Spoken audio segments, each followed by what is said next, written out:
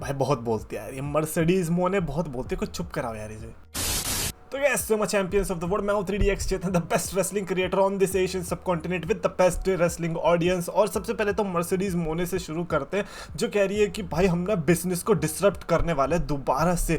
पहले जो हमने डिसरप्ट किया था, मैंने, शार्लेट ने, बेली ने, बेकी ने मिलके वो वुमेन्स रेवोल्यूशन लाए थे, हमने डिसरप्ट कर दिया था बिजनेस को, तबाही ला दी थी।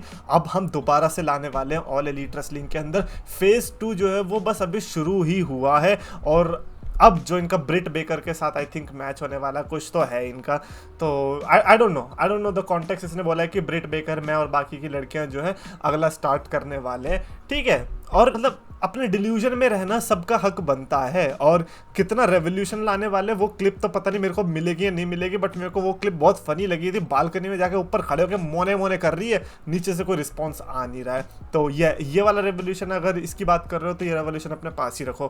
कह रही है कि इस समय पर ऑल इन जो इनका पेपर व्यू आने वाला है उसमें 3 वुमेन्स के मैचेस हैं। और कह रही है कि 3, जब मेनिया नाइट 1 एक रात की होती थी, उस टाइम पे बताओ वुमेन्स के कितने मैचेस होते थे। और वो भी छोड़ो, जब आदमियों के मैचेस होते थे वो ज्यादा लंबे खिंच जाते थे, तो किसके मैचेस करते थे? लड़कियों के। देख यार, ये मर्सिडीज मोने जैसी लड़कियां होती है ना, इनको कितना ही तुम रिप्लाई दे दोगे। इनका ये कहना है जस्ट बिकॉज आप लड़की हो तो आपको एक मैच डिजर्विंग है, ऐसा कुछ नहीं होता है। अगर इतना ही है तो फिर एक काम करो ना, आप सबका सोचो। आप अपने आप चैंपियनशिप लेके क्यों बैठे हो? बाकी वुमेन भी तो डिजर्विंग है, आप क्यों डिजर्विंग हो? मेरे को अपना रीजन बताओ ना, वाई आर यू डिजर्विंग? मैं मेल और फीमेल भी हटा दो, मैं ये कह रहा हूँ फीमेल कैटेगरी में आप क्यों डिजर्विंग हो? Britt Baker is way much more deserving. Hell, Britt Baker भी छोड़ो, कितनी सारी मैं वुमेन बता दूंगा आपको ऑल एलीट रेसलिंग के अंदर ही जो कि आपसे ज्यादा टैलेंटेड है। मैं टैलेंटेड वर्ड भी यूज कर रहा हूँ यार। आप बस WWE का ही खा रहे हो इस समय पर, जो आपको मिल रहा है WWE का है। तो इतना ना बकैती करना बंद कर दो। और ये जो कह रहे हैं कि रेसलमेनिया में ये सब वो सब, अबे तो भाई जो जिसका मैच लोग देखना चाहेंगे तो वही तो दिखाएंगे। तुम्हें क्या लग रहा है उस टाइम पे लोग केली केली वर्सेस मिचेल मकूल के रेसलमेनिया मैच के लिए एक्साइटेड होते थे?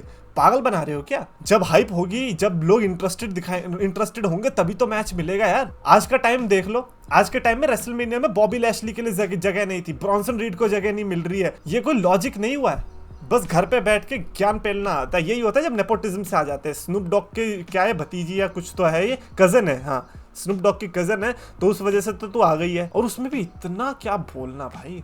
खैर इसको छोड़ते हैं, अब क्या इस पे कितने बहस कर लोगे, ये इसका तो वही ड्रामा है हर बार का। रोंडा राउजी ने क्रिस वैन ब्लिट के पॉडकास्ट में सॉरी इंटरव्यू के दौरान ये बताया कि उनका जो फुल टाइम रेसलिंग करियर है वो ओवर हो चुका है। Keyword being full time wrestling career.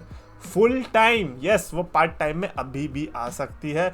और मैं चाहूंगा ना आप ऑल एलीट रेसलिंग में जाओ, आप रेवोल्यूशनाइज करो वुमेन्स डिवीजन को। साशा बैंक्स को आपकी जरूरत है, जाओ साशा बैंक्स, ये मोने और रोंडा राउजी जाके अपनी उधर राइवलरी दो, मजा आएगा। WWE में कुछ नहीं हो रहा वुमेन्स का, और हमें करना भी नहीं है WWE वालों को ना, तो आप जाके उधर ही रहो सब। और यही मर्सिडीज मोने क्या भाई, हाँ फनी इनफ, इसी इंटरव्यू के दौरान जिसमें ये सब बोला, मर्सिडीज मोने ने ये बोला कि रेसलमेनिया 39 जो हुई थी ना अभी लास्ट ईयर वाली, जिसमें रोमन रेंस और कोडी रोड्स का मेन इवेंट था, हॉलीवुड वाली, तो उसमें कह रही कि उसमें मैं रिटर्न करने का प्लान कर रही थी, लेकिन टोनी खान ने फिर मेरे को AEW ऑल इन को अटेंड करने के लिए इनविटेशन दे दिया। प्लान तो कर रही थी ये WWE में रिटर्न करने का, बावजूद इसके कि इसको पता है कि WWE वाले टाइम कट कर देते हैं, औरतों का मौका नहीं देते, लेकिन फिर भी मेरे को जाना है। अबे भाई बस चोंचड़ी ना अपनी चला नहीं जानते, इसको और कुछ नहीं आता। इसको इसके फैन बेस ने जो इतना चढ़ा के रख रखा है ना, क्या ही बताएं भाई, इतनी नहीं है ये स्पेशल। और उस टाइम का टाइम भी मेरे को याद है जब लोग साशा बैंक्स को रोमन रेंस से बेटर बोलते थे। इसका फैन बेस बहुत गंदा है, मैंने विटनेस किया है लाइव। मैं तो रोमन रेंस के फैंस का सोच रहा हूँ जब वो ये सुन रहे हैं। अब इमेजिन रोमन रेंस के लिए लोग बोलते थे कि साशा बैंक्स जो रोमन रेंस से ज्यादा बढ़िया है। अबे ये तो किसी भी डायमेंशन में ट्रू नहीं है।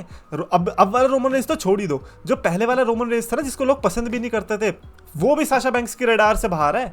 साशा बैंक्स तो कुछ भी नहीं है रोमन रेंस के सामने, क्या कंपैरिजन कर दिया फालतू का। भाई टोनी खान ये मिलियन डॉलर बांट रहा है, उसमें से मुझे लग रहा है 100K ही दे रहा है लड़ने के, 900K तो ये ऐसे फालतू के मुंह खोलने के लिए दे रहा है कि भाई तुम्हें WWE के बारे में पूरा बोलना है। एनीवेज, सीएम पंक की जो सर्वाइवर सीरीज में रिटर्न हुई थी, उसकी जो वीडियो है WWE ने उसकी अलग अलग एंगल से फुटेज रिलीज करी है, जिसका मेरे को लॉजिक नहीं समझ में आया। लाइक क्या दिखाना चाहते हो आप हमें? फिर मैं समझ गया, अच्छा जो सुपरस्टार्स थे अंदर वॉर गेम्स के अंदर उनके रिएक्शंस उतने नहीं पता चल रहे थे, लेकिन इस वीडियो के बाद काफी क्लियर हो गए कि किसका क्या रिएक्शन था। और सीएम पंक ने ये भी चीज बोली कि यार when it comes to Dominik Mysterio and CM Punk, उसमें बहुत कुछ हो सकता है और मैं सेथ रॉलिंस की राइवलरी में आगे बढ़ने से पहले एक स्ट्रॉन्ग फ्यूड चाहूंगा with Dominik Mysterio. Dominik Mysterio का इन्वॉल्वमेंट पहले रहा है सीएम पंक और रे मिस्टीरियो की राइवलरी के दौरान back in 2010, and what if भाई, व्हाट इफ तो मैं क्या ही बोल रहा हूँ, Dominik is a great heel, CM Punk is a great baby face, so right now it makes sense if CM Punk and Dominik Mysterio comes face to face. और logically देखा जाए तो सेंस भी बनाता है, एंड आई वुड से कि like this is one match जो कि शायद से मेरे को नहीं पता था कि सीएम पंक के रिटर्न पे मैं इसके लिए इतना ज्यादा हाइप्ड रहने वाला हूँ, but it is not because of CM Punk majorly but because of Dominik Mysterio to.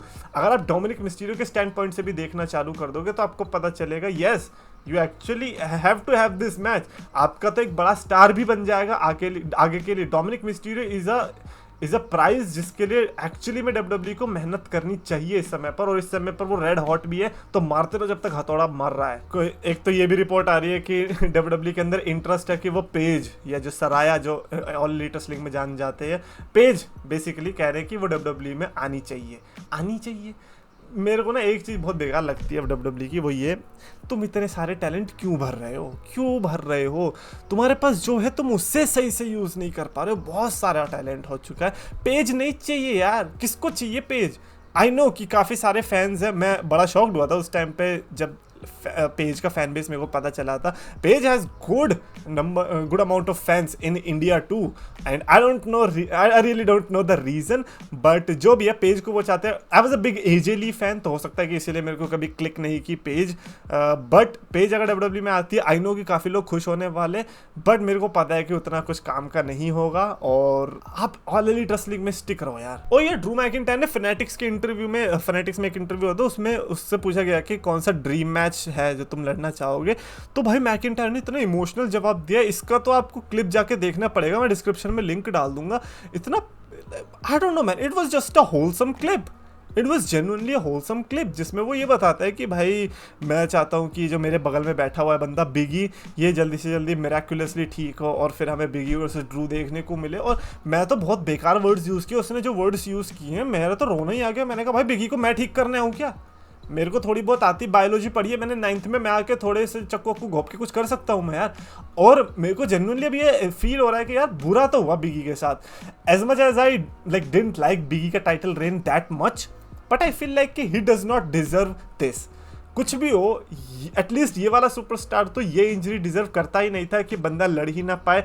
I hope बिगी actually में मिरेकल हो जाए और आए और ओडीसी जोन्स को उठा के पटक दे। Man that rivalry is going to be insane. अच्छा, ऑल एलीट रेसलिंग के सुपरस्टार के बारे में बात कर लेते हैं, जैक पेरी के बारे में, जो कि आपको पता है सीएम पंक के साथ जिसकी कंट्रोवर्सी हुई थी। उसका मेरे को एक बहुत अभी रिसेंट का एक सेगमेंट बहुत बढ़िया लगा, जिसमें सोशल मीडिया पे डाला, आई डोंट नो कि डायनामाइट में था या नहीं ये पार्ट, बट हो उसने ना जो ये टीएनटी की चैंपियनशिप थी इसको पूरा बदल दिया। लाइक एक होता है ना, जैसे ब्रॉक लेसनर ने चैंपियनशिप चेंज कर दी, रॉक ने चैंपियनशिप चेंज कर दी ना, पर्दा उठा के हे नए चैंपियन।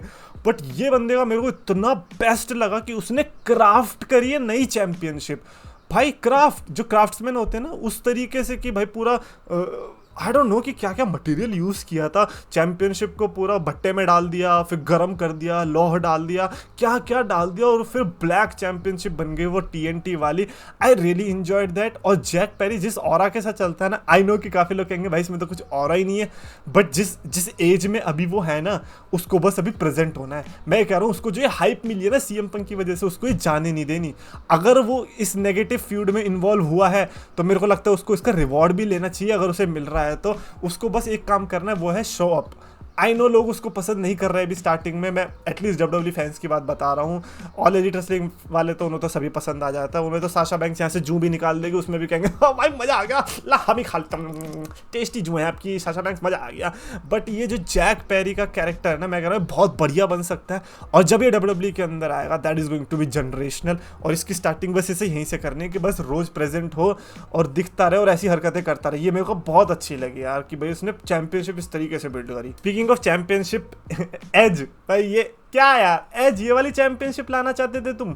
स्पिनर जो बेल्ट थी जॉन सीना वाली उससे रिप्लेस करके एज ये वाली चैंपियनशिप लाना चाहते थे। आई डोंट नो कि किसका आइडिया था कि ये वाला नहीं करते हैं, जिसका भी आइडिया था बहुत बढ़िया था। मैं आपको सल्यूट ठोकना चाहूँगा because what the fuck is that?